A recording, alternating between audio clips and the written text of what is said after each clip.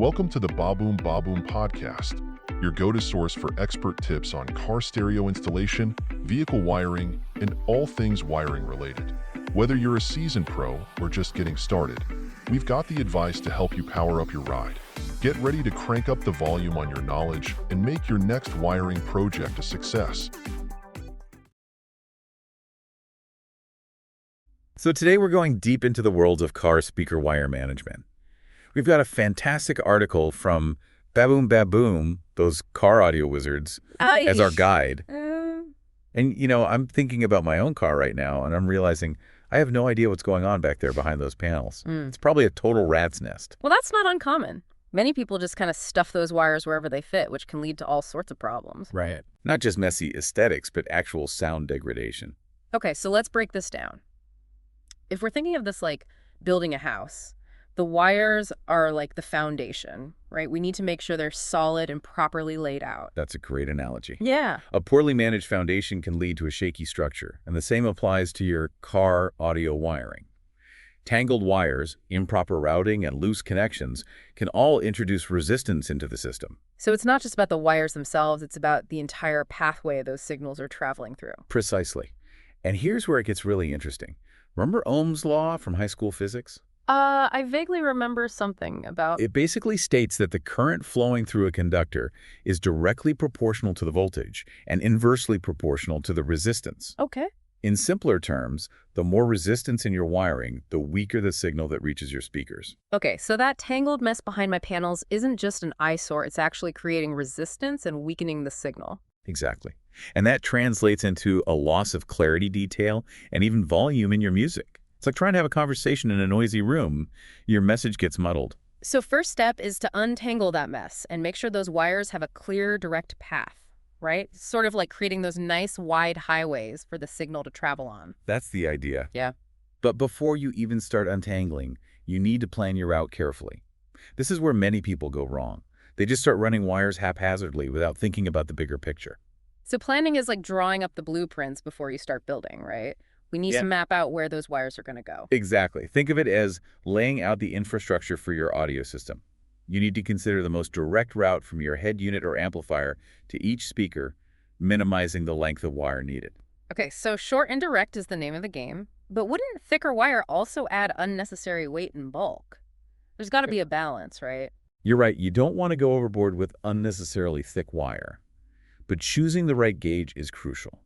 A wire that's too thin can't handle the current demands of your system, leading to power loss and that dreaded resistance we talked about. Okay, so let's talk wire gauge. The Baboom Baboom article recommends 14 to 18 gauge for most setups. But what if you're a real audiophile? Cranking the volume, maybe even running a high-powered amplifier. Then you might need to step up to a thicker gauge, like 12 or even 10. It's all about matching the wire to the power demands of your system and the length of the runs. The longer the wire, the more potential for signal loss, so you might need to compensate with a thicker gauge. Makes sense. But how do you know for sure what gauge is right for your specific setup? I wouldn't want to go too thick, and I definitely don't want to go too thin. That's where your speaker manufacturer's recommendations come in. They usually specify the optimal gauge for their particular speakers, and if you're ever in doubt, it's always better to err on the side of slightly thicker wire. Got it. So we've mapped out our route, chosen the right gauge. Now it's time to actually wrangle those wires, right? Make them look like they belong in a high-end audio setup, not a tangled mess behind the dashboard. That's where the art of wire management comes in. It's not just about function, it's about creating a system that's both efficient and aesthetically pleasing. Okay, I'm all about that aesthetically pleasing part. My car is my sanctuary. I want it to look as good as it sounds. I hear you. And with a little attention to detail, you can achieve that clean, professional look, even in the hidden spaces behind your panels. All right, so let's talk tools and techniques. What do we need to transform my wiring nightmare into a work of art? Well, first off, let's talk about the wires themselves. Did you know there are different types of speaker wire designed for specific purposes? Wait, really? I thought a wire was a wire. Enlighten me. So for your speaker wires, you generally want to stick with stranded copper wire. It's flexible, easy to work with, and provides excellent signal transmission. Stranded as opposed to... Solid core. Solid core. Exactly. Solid core is typically used for power connections, where you need a wire that can handle a lot of current without heating up. But for speakers, you want that flexibility to easily route those wires through tight spaces. So stranded copper it is. But is all stranded copper created equal? That's a great question. Need top-quality electrical wire? Baboom Baboom's got you covered. Get your 6-pack today. Each combo comes in 6 different colors and a total of 600 feet of wire. Perfect for any project, and you won't find a better price in the industry. Head over to baboombaboom.com now to snag yours. That's baboombaboom.com. You'll often see terms like oxygen-free copper, or OFC, thrown around. It's a bit pricier, but offers superior conductivity, which means less signal loss and better sound quality. Okay, so OFC is like the premium option for speaker wire. What about the insulation? Does that matter too? Absolutely. The insulation not only protects the copper strands inside, but also helps to prevent interference from other electrical components in your car.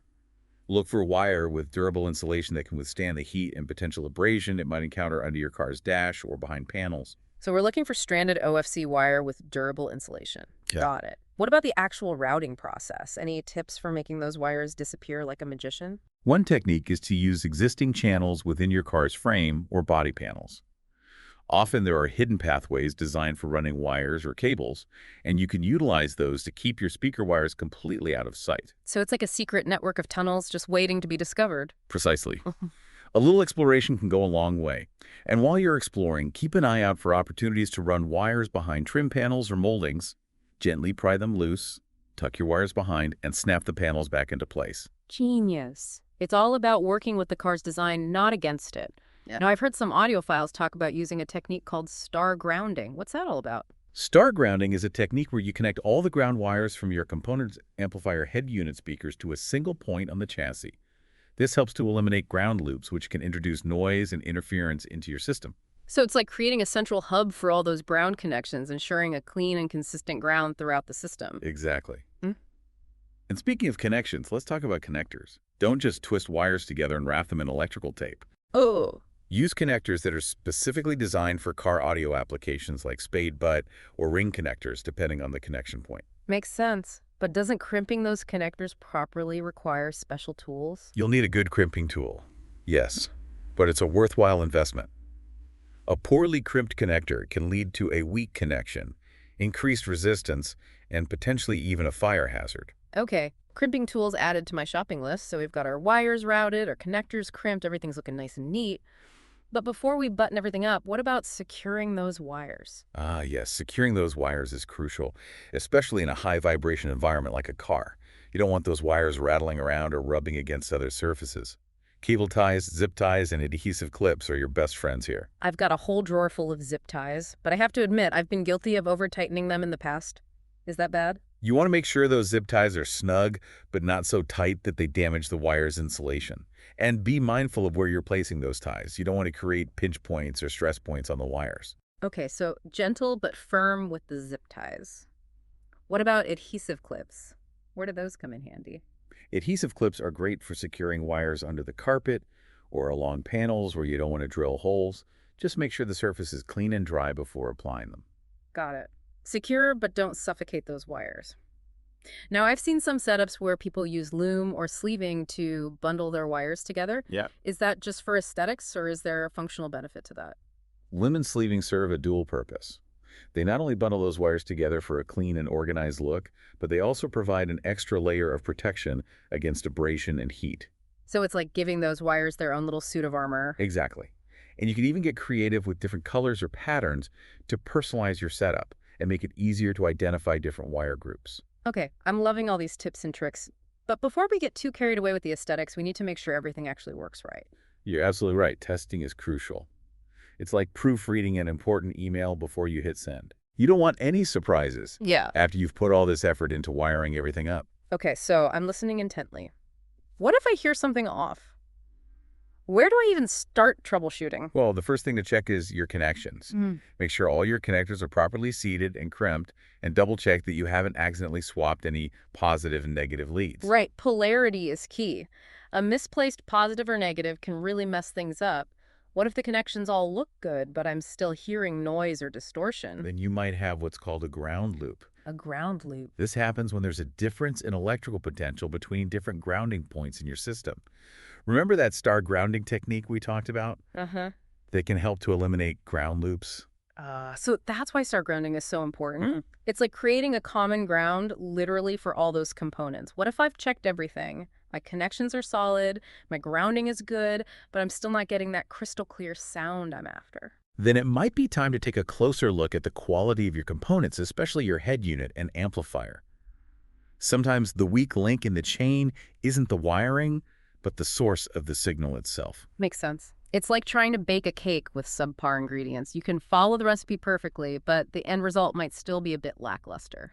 That's a great analogy. And Yeah. speaking of analogies, you know how earlier we compared wires to the foundation of a house? Yeah. Well, labeling those wires is like creating a detailed map of that foundation. Okay, labeling. I have to admit, I've been guilty of skipping that step in the past. It always seemed like overkill at the time. But now I'm thinking maybe it's not such a bad idea after all. Trust me, future you will thank you for labeling those wires. Imagine having to troubleshoot a problem months down the line, trying to trace a single wire through a maze of unlabeled connections. Ugh, that sounds like a nightmare. Okay, I'm sold on labeling. But what's the best way to do it? Should I just slap some masking tape on each wire and scribble a note? You can use masking tape in a pinch, but there are more elegant solutions. You can find pre-printed wire labels, or you can use a label maker to create custom labels. The key is to clearly identify each wire's purpose and to label both ends of the wire. So if I'm labeling a speaker wire, I would label it with the speaker location like front left or rear right. Exactly. And you might also want to include information like the wire gauge or the type of connector being used. Okay, that makes sense. It's like creating a little directory for your wiring system. Now, before we wrap this up, are there any common pitfalls, those little mistakes that can trip people up, even if they've been following all this great advice? One common mistake is not leaving enough slack in the wires, especially around moving parts like doors or seats. You want to make sure those wires have enough room to move without becoming stressed or strained. So it's not just about keeping those wires tidy, it's about giving them a little breathing room to move around. Exactly. Another common mistake is overstuffing wire looms or channels. Cramming too many wires into a tight space can restrict airflow and lead to heat buildup, which can potentially damage your wires and components. Got it. Give those wires some space to breathe. Any other wire management sins we should confess? One that I see often is using the wrong type of connectors or not crimping them properly. Remember, those connections are critical for ensuring a clean and reliable signal path. Right. A loose or poorly crimped connector can introduce all sorts of noise and distortion. So invest in a good crimping tool and make sure those connections are solid. And finally, remember that car speaker wire management isn't a set it and forget it kind of thing. It's an ongoing process. Regularly inspect your wiring for any signs of wear or damage, especially after any modifications or upgrades. So just like any other system in your car, it needs a little TLC and regular maintenance. Precisely. And the payoff for that little bit of effort is a car audio system that sounds its best, providing you with years of listening enjoyment. This has been an incredibly insightful deep dive. We've covered everything from planning and routing to wire types, connectors, grounding, and even some next-level techniques for concealment and organization. I feel like I've gone from wire novice to wire ninja in just one episode. It's been a pleasure sharing my knowledge. And remember, the key takeaway here is that taking the time to properly manage your car speaker wires is an investment in your listening experience. Well said. And to our listeners, we hope you've found this deep dive valuable and that you're feeling empowered to tackle your own car audio wiring projects. Until next time, happy wiring. Need top-quality electrical wire? Baboom Baboom's got you covered. Get your 6-pack today. Each combo comes in 6 different colors and a total of 600 feet of wire. Perfect for any project, and you won't find a better price in the industry. Head over to baboombaboom.com now to snag yours. That's baboombaboom.com.